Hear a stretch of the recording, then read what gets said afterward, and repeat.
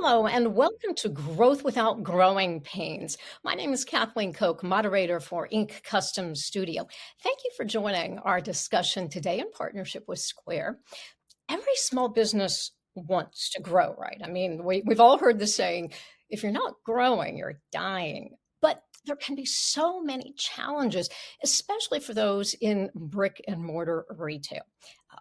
Challenges like cash flow, labor shortages, foot traffic issues.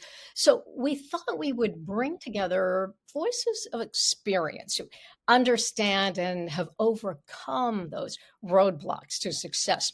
So we'll also be diving into a new Future of Commerce report. It was just completed by Square, and they surveyed business leaders and consumers all around the world. And its findings on the retail, restaurant, and beauty sectors are just fascinating. So joining me today are Catherine Cullen, Vice President of Industry and Consumer Insights for the National Retail Federation, Elizabeth Emery, founder of Black Lion Chicago, co-founder of the Hive Principle and the Chicago Brand Museum, and Chef Kui Slobert, founder of Charles Pan Fried Chicken. Welcome, everyone.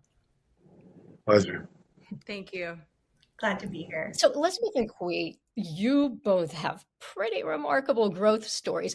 You've managed to stay rooted in your communities as you grew and tested new things. Now, Elizabeth, you have gone from a large scale, a multi-merchant operation in North Carolina to a boutique 3-day week model in Chicago. And Kui, your restaurant went from one to now 3 locations in New York City. Well, first of all, congratulations to both of you. How did you do it? What was your secret sauce? So for us, our secret sauce was really about capturing that entrepreneurial spirit that our company was originally founded on from our family when they founded our company many years ago, and really trying to create a unique space in our community where we're not only a retail store, but we're able to be a positive place in the community that allows for people to connect. And Kui? And I kind of agree with that. Chef Charles Gabriel started Charles Pan Fried Chicken 50 years ago. Like literally, this man did it by himself. During COVID, all his stores shut down. And this is where I stepped in, and we opened up 4 restaurants in 13 months, literally. And we had to sell one, so now we have 3 thriving in New York City.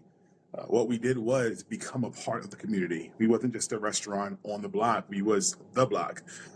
We are 125th Street, 145th, and 72nd Street. And to thrive and survive, you have to become one with your community. You know, one of the key findings of Square's Future of Commerce report is that businesses are upbeat. 78% said that they felt more optimistic about the future of their company now as compared to 12 months ago. Does that ring true to the two of you? It absolutely rings true to us at Black Lion. One of the things that we're seeing is that, there's a lot of trepidation right now around what's going to happen with retail, the fact that people are shifting to, online commerce. But what we're finding is that people still want to be able to see things in the store. They want to be able to sit on furniture in the context of our store. They want to be able to pick items out and have that sense of immediate gratification, which is what we were founded on originally, in our original concept. And so we're seeing that, while retail is soft in different parts of Chicago, we're seeing increasing in, the number of people purchasing homes. We're seeing an increase in our visitor data in the city through our tourism boards and through Choose Chicago. And so we're really optimistic about it. We think that the landscape is just changing right now. It's not necessarily that retail is going away. It's just consumer behavior and how people are interacting with brands, and the fact that people are looking for more authentic experiences beyond, what maybe has worked in the past in the retail setting. What about you, Kui? And yeah, for sure. As the world become more digital now these days, and technology is coming, but I'm in the business of food. I'm in the business of you can taste it, you love it, you like it. But with the digital time frame of this world, it's making it easier for them to get some of our food. So it actually helps out our restaurant. And to be in this business, in the restaurant business, you have to be like optimistic about everything. Everything has to be a sunshine at the end of the rainbow. Pot of gold is there. So it just comes with the entrepreneurial spirit to be positive, to have a better outlook on it, no matter what. So, Catherine, how typical are these stories when it comes to small brick and mortar retail businesses in the US today? We hear a lot of these types of stories at the National Retail Federation. We work with retailers of all sizes, but at the core, we believe that small businesses are not only the strength of their community, but they're the strength of the retail industry. About 98% of retailers actually employ fewer than 50 employees, and they support over 13 million American jobs. So, telling the stories of small businesses, telling the story of their growth, seeing how small businesses evolve into mid-sized businesses and even larger businesses is a core of what we do. And I love the hearing the focus on brick and mortar because we've been saying for a long time, and we hear from our retailers, people like shopping in stores. Doesn't mean they don't like shopping online as well, but to Elizabeth's point, they like to see products, they like to experience them. They sometimes want to talk to someone, as crazy as that is in today's world. And particularly with younger generations, Gen Z, and even millennials, they like the store experience. It is something different from all the digital interactions they have every day. They certainly have different expectations than they used to have, but we are seeing a lot of strength and power from brick and mortar. So I'd like to dive a little deeper into your stories. Kui Charles Pan Fried Chicken was a legendary establishment, as you mentioned, founded by your idol, Chef Charles Gabriel. You talked about how it almost didn't reopen after the COVID closures, and you were determined, though, not only to keep it running, but to actually refresh it and help it grow. So, what was your vision here? My vision was to take the authenticness of Chef Charles Gabriel and bring it to a newer pattern, a newer version of life. Have these kids attach themselves to it. Just to say, hey, listen, let's take this, keep the classicness of it, and make it fresh and funky. And that's just what I did. I made it fresh and funky for people to enjoy for all ages now. Elizabeth, now your parents founded Black Lion Home Decor in Charlotte, North Carolina back in the 90s. And when they retired, you decided to carry on their legacy in Chicago. So what were your goals when it came to preserving the roots of the business, but then maybe doing things a bit differently to modernize and grow? Yeah, my family is obviously super entrepreneurial, so it definitely runs deep. We, started many years ago, and when they started the business, it was pretty cutting edge. They wanted to take this idea of almost like a wholesale gift market and bring that to a retail platform, right? To bring that to a space where everyday consumers would be able to walk into a store and find anything imaginable for their home. And so we wanted to keep that element of surprise, that element of immediate gratification in moving our business to Chicago. But they're at a time in their lives where they wanted to start to wind things down. We've made it through COVID, had the absolute best years. And they've made it through many decades now, I guess, of all kinds of things happening in the economy. And so we wanted to really create a unique space in Chicago that was built on the foundation of our original brand. The Chicago store, we purposely chose an opportunity zone to place the store. So we're in an area where it is a bit of a retail desert at this point. There's not a lot of places to go for home decor, to go for great gifts near our neighborhoods and surrounding communities. And so we wanted to create a really unique space that not only celebrated the heritage and the history of the area that we're in. We're in the original Cadillac building, which is an iconic building in Chicago. Original intent was a showroom. It was originally a building that was family owned and founded, and so we wanted to bring that same idea back, celebrate the history, but also give people an experience that we built many years in Charlotte, in the Chicago area, and access to really great goods that they're not able to get access to locally. So, Queen Elizabeth, what would you say have been your biggest challenges along the way, and how did you maintain your authenticity and connection to the community? Well, what we do here at Charles Man Fried Chicken, we do what Chef Charles did back in the days. We keep our ear to the ground. We are in schools. We are teaching kids how to cook. Because Charles Man Fried Chicken is just a place you come and eat. We are the community. We have programs called Cooking with Shirley's Son where we are in the community consistently. We give away free food to the hungry, to the needy, to whoever needs every month. Toy drives. We give away food. We give away toys. We just are there when we are needed. We're not just a restaurant. We're a safe haven for Columbia campus students. Any problem, they come to my restaurant, they feel safe. So we're not just, hey, come and eat this food and leave. No, this is who we are. We are part of the community. So when you walk through, you're going to say hello. You're going to say what's up. Understand, Charles been doing this for 50 years. So the grandmothers he fed, the mothers he's fed. Now their children, they're coming up and he's feeding too. So to say a legacy of part of the community and keep it going on, we're part. We're the bloodline. We fed their grandmothers. We fed their mothers. Now we feeding them. And we are more than just, hey, eat this. We are part. We're going to schools. We're teaching kids. And that's the best way you have to do it. Just show yourself and say, hey, listen, we did it. You can do it too. And they feel more attached. What about you, Elizabeth?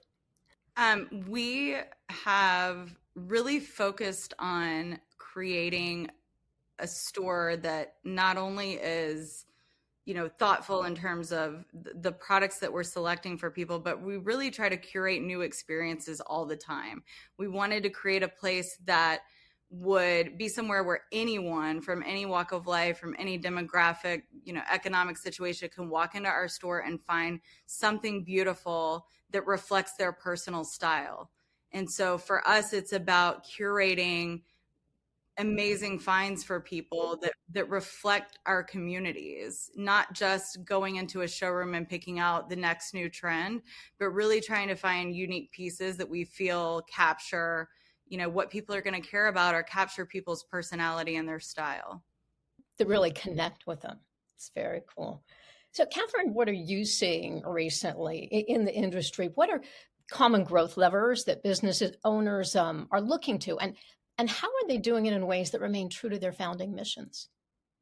Yeah, absolutely. So it's a core part of what we do is tell the story of what's going on in the industry and provide information to businesses of all sizes so they can understand the context in which their customers are operating. I do have to acknowledge that there is a lot of uncertainty in the industry, but we do see a lot of optimism still. That said, people are both businesses and consumers are navigating uncertainty, and that means they're having to be careful about some growth levers and maybe leaning into some others that they wouldn't have explored before. We're seeing a lot of innovation with small businesses right now as they look at how their customers might be feeling a little more cautious about spending. We've seen some who are expanding services, for example, who are saying, you may not want to buy everything new right now. Let me teach you how to repair what you've bought from us previously. And again, fostering that community, tapping into what their customers really need, really helping to educate their customers on alternatives if they're feeling a little price pinched in some other areas or some products are less available given what's going on. So, in all of this uncertainty, people are, of course, thinking innovatively, thinking very creatively. And we saw this during COVID. I saw a lot of small businesses who started same day delivery or local delivery, not food and restaurant, but shoe stores, figuring out what their customers needed and how to get there. So while there's a lot going on, I do think that challenges do create opportunities, and small businesses have shown they're very tough and very connected to what their communities want. Well, Elizabeth and Qui, let's dig a little bit deeper into the other ways you've grown and also how technology has helped you, help shape that path. Qui, along with modernizing, I know the look and the feel of Charles Pan Fried Chicken, you've also up-leveled the operations and, as you mentioned, expanded to 3 locations. So I'd like to know, how did technology play a role in helping you get there? Interestingly, the Square Future of Commerce report found that 75% of restaurants believe that AI or automation will improve tasks like marketing and payments, inventory management, and more. So, fortunately for my business, I feel like human beings will always be hands-on when it comes to cooking food and all that. But Elizabeth was right. It's the experience you give to your guests. It's a new age after COVID. Everyone want that connection, want to feel, and how do you actually get the people to feel what you feel? Ease is one. With all the technology right now, everything has to be easier for them to do so. Our age group that we used to have a restaurant at Charles Fried Chicken has going up. They're a little bit older now, so technology is not as advanced. They can use it as they once were. So if it's easy and simple, it's helpful. Now, me, I am a fan of Marvel. Iron Man is my favorite superhero, and he has Jarvis. He has AI who helps him out with the technology to help him become the best superhero he possibly be. Now, my Jarvis is Square. I started using Square from the very beginning when we rebranded Charles Pan Fried Chicken, and it helped me expand to 4 restaurants in 13 months. Once again, if you can look at your phone at any given moment, see your numbers, see what sells, then you know what sells in your community. Literally, just before we got on this chat, I was able to send a party out. Once again, I'm somewhere, they're elsewhere, and they did not have to leave their home. They could click a button from me just saying, hey, I want to send this on Square. You get in the Square app, you can pay it as easy as possible. And two touches of a button is easy to do. So basically, if technology helps your customers do things easily, simply, they will come back to you, and that will help your growth for sure. It's very cool. Elizabeth, I know you expanded Black Lion to sell over 180 brands and over 10,000 SKUs. I mean, I know there is no way you can manage that all with pen and paper, right? So tell us about the role of technology in your growth story. And by the way, Square's report found that in retail too, a huge number of businesses, some 93%, are also using automation to save time on things like marketing, inventory management, and more. So in our previous store, we used a proprietary point of sale system that was based on an antique mall system platform, which worked really well for us because we were multi-merchant at that point. But over the past, couple of years, technology has really grown, and we started doing a little bit of research to figure out, we knew going into our Chicago store that we wanted to have a 3-day a week or 4-day a week at the time model down from our 7-day a week model that we had previously. And knowing that we were going to be managing all of our own inventory ourselves, we started looking into what available platforms there were. And we started researching Square and absolutely fell in love with the fact that we would not only be able to manage the inventory, but if we wanted to at any point, bring this multi-merchant concept that we had back into the mix, it would give us the flexibility to do that, but also give us the flexibility to be able to understand, our categories that we were selling on a deeper level, how different brands that we're bringing into the store were performing, and manage everything visually, which we weren't able to do previously. And it also integrates, with our QuickBooks, allows us to do payroll. And so all of the things that used to take multiple people and multiple roles and a lot of overhead to manage are now being managed out of one platform, which is game changing for us. So we have absolutely loved working with Square, and it's become really, we wouldn't be able to manage our business without it at this point because we have such a small staff. So we do rely on a lot of the heavy lifting and the automation to help us, conduct our day-to-day business and keep our team lean. Catherine, what are you seeing here? Are there any new technologies emerging that are helping businesses get to the next level more quickly and efficiently? Certainly. Well, we've touched on a lot of them in some aspects. I think you can't have this conversation without talking about AI. And one of the things that is interesting about AI and the way it's being rolled out is that there's so many different applications, there's so many free offerings, there's so many different ways to integrate it into your marketing, into your business, that it does have the capability and the potential to take a lot off of someone's plate, to let you do more with less, which can be really critical. And we're seeing certainly the applications for AI are, seem endless at this point. I'm sure we'll get a little bit of a course correction at one point. And then social commerce continuing to be a really, really big thing. But I did want to echo a little bit what Chef Quay said, which is, technology is a tool, and you have to keep your eye on what problem it's solving. And that's a common mistake we see, is that people just focus on the technology as the end all and be all, as the goal, instead as the way to address a problem, whether it's better marketing, better customer connections. And when I talk about technology, whether it's to a small business or a large business, I always go back to a quote I heard from Panera's leadership, which was that they were rolling out a bunch of self-checkout kiosks. And they said, people don't come to Panera for the self-checkout technology. They come for the food and a seamless experience. And they won't come back if it's frustrating technology. And so you always have to weigh that when you're thinking about an investment. Is it really solving a problem? Is it creating a more seamless connection? Is it getting me further? Or is it going to turn someone away? So I just like to give that caution when we think about all the options out there for businesses, so small and large. And she's right. She's absolutely right. For Charles Pan Fried Chicken, it checks all those boxes. Does it make it easier for me? Does it make it easier for my employees? Does it make it easier for our clientele? And yes, I can pay. We're a small business. We have 3 restaurants. We have 75 employees. I was able to do payroll within 40 minutes with ease. Everyone's getting paid consistently. I was able to close out a party, and they would simply just press 2 buttons and they paid us. Their food would come to them on time. So yes, actually Square has helped us out tremendously with all those boxes checked. Yeah, we could check them.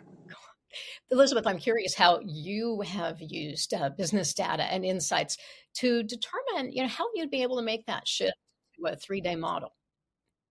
Yeah, for us, the real time data, being able to log into our computer at any minute and know exactly where we stand, understanding time of day, understanding frequency of our repeat customers versus new customers. All of those things have really helped us be able to pinpoint, what days do we believe are the best performing days. When we opened in Chicago, we started with 4 days, and we've been able to double our business in a 3-day, scaling back to 3 days. So we have found that the 7-day model doesn't necessarily have to work for every single business anymore. We found that if you communicate to your customers and you give them a great experience and you tell them these are the days that we're going to be available, they are willing to come. The demand is there.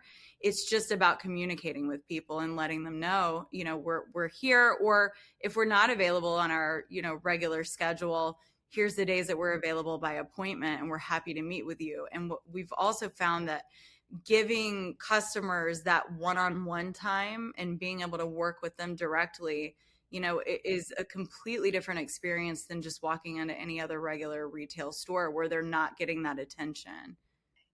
Wow, that's really amazing. So, Kui, how has data played a role in informing your decisions, say from whether it's the day to day or your next growth move? Um, we could easily go onto your phone, your computer, your laptop, and pull up your Square sales. You can see when your volume is going to happen. That helps me actually with labor. Normally, with restaurants, you're afraid of what's going on. You're not sure about the busyness, and you just staff, and then you lose money. I can go on Square and see my past weeks, my past years, my past month of where the spike comes in, and I can actually accordingly have people come stagger in, which save money at the end of the day. That's what the bottom line is. And Elizabeth is right. You can look at any time, any given moment where your sales are at through the course of the day, and you can simply cut from home. You can see the trends. So if you can follow the trends, anybody that grows plants, if you water your plants, you pay attention to your plants will grow. If you water your money and understand that you watch it, you look at it through Square, through your apps, so no matter what you use, it will grow. So Square helps me maintain and watch it so I can make sure it grows.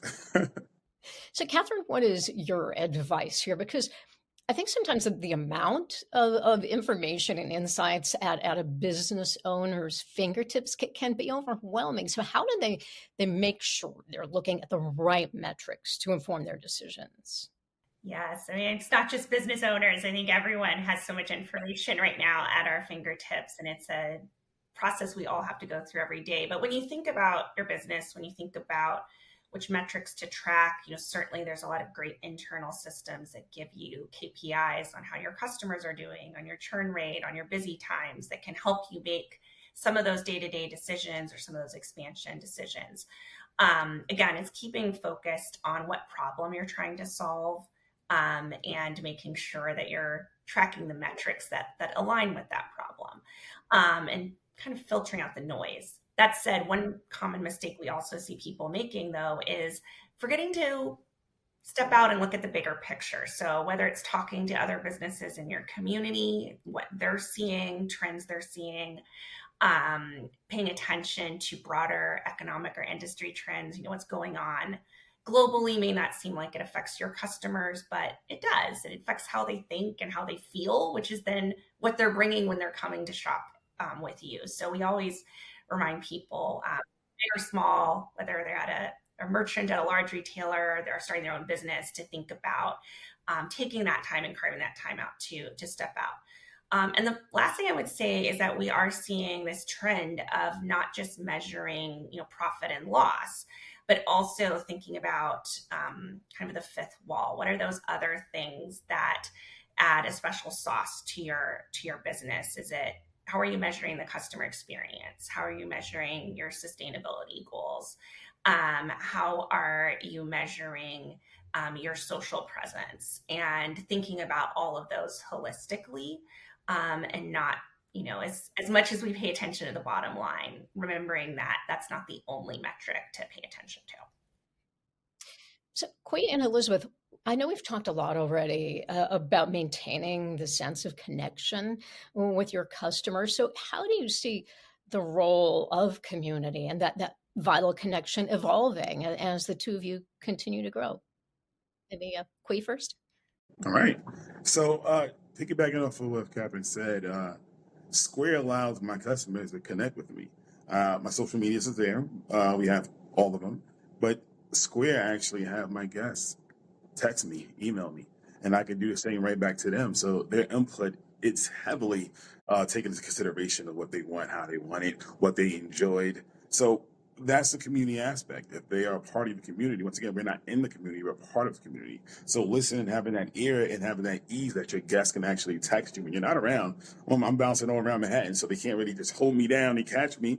And so they'll text me on Square, they'll email me on Square, and we'll literally have a conversation about what they think and what they enjoyed in their experience. So that is the bottom line, making sure that they're happy. And they could do that simply just by actually texting, go on the Square app, and to say, hey, I enjoyed today, but this, and that. And everybody have an input. Everybody has an opinion. You take it as you go. But once again, if you listen to your people, so they can enjoy and understand your sole purpose of being in the industry of take care of them. So I think that's a great help. I think that's it. Being a part of community, not just in the community, is what we stand for. And having that extra help where Square, you can analyze anything when it comes to numbers. For restaurants, it's inventory, labor, numbers. That's what it is. Vendors, paying your vendors. Off my plate. Square just does that for me. Ordering, Square actually breaks it down to what I need for the specific day. It's the data that you choose to, like she said, what you want to watch and look at. But all your tools and utility belt that Square has, you wrap it around you, and it's there. So the easier it is for me to run my business, easier for me to take care of my community, my employees, and that's where the growth happens. So, Elizabeth, I saw you nodding. What about you?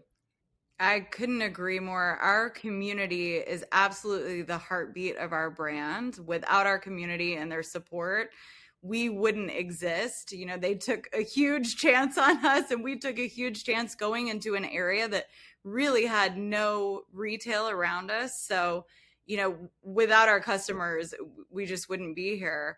I think one of the things that we really try to focus on is quality over quantity. A lot of people are pushing brands and businesses to try to grow these huge social media followings. And the way I look at it is I would rather have 10 loyal followers who absolutely love our brand and want to tell everybody about our brand than 10 million people who've never been to the store. And I think that that's something really important for small businesses to keep in mind. It's not always about trying to get the most followers or to get the most attention. It's about building a relationship with people and building trust and loyalty. If people will keep coming back for that because they don't get that in so many settings. Catherine, as we wrap, what are some of the ways that you're seeing businesses keep strong community connections as they grow? I thought it was fascinating when it comes to the online connection. I mean, Kui touched on this, but the Square Future of Commerce report found that most customers, 63% of them, in fact, still prefer an old-fashioned email. Who knew? Yes, email marketing is still strong. I mean, actually, direct mail has had a little bit, or not a little bit, has had a effect for certain businesses, as well as any parent knows when they get some of the toy catalogs in the mail. It is more effective for my children than a digital ad. But I think email, particularly right now, with everything going on with search and AI summaries of search, an email may be the more direct way to get to your customer than some of the other digital aspects that are out there. So certainly don't overlook that. The right social community, and not to Elizabeth's point, but the quality of your followers and community and how often you're able to tap into that.